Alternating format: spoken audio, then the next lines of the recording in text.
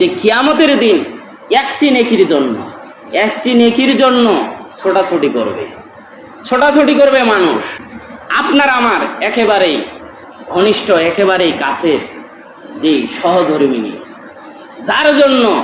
যার ভালোবাসার কারণে জন্মদাতা পিতামাতাকে আমরা ত্যাগ করি, বাদ দিয়ে দেই, অবহেলা করি, এই সহধর্মিণীকেও, এই স্ত্রীকেও যদি কাল কিয়ামতের দিন কঠিন মুসিবতের সময় যদি বলেন স্ত্রী হবো আমার প্রাণের স্ত্রী, আমাদের তো খুব মিল মহব্বত ছিল, আমরা তো একে অপরকে খুব ভালোবাসতাম, একজন আরেকজনকে এতই মহব্বত করতাম দুনিয়াতে, তো আজকে কিয়ামতের দিনে আমি খুব কঠিন বিপদে পড়ে গেছি, আমি একটা নেকির জন্য আমি জান্নাতে যেতে পারছি, তুমি আমাকে একটা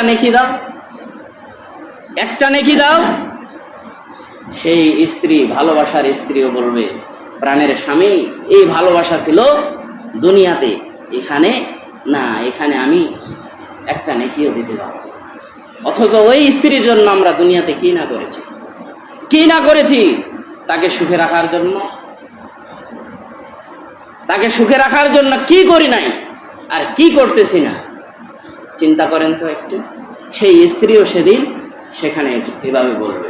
তাই একটা জানাজার মধ্যে গেলে যদি এরকম উহুদ পাহাড় পরিমাণ 2টা কিরাত সওয়াব যদি আপনার আমার আমল লেখা হয়, তাহলে সেই জানাজায় যাওয়ার দরকার আছে না নাই? আমরা যাবো তো জানাজায় ইনশাআল্লাহ।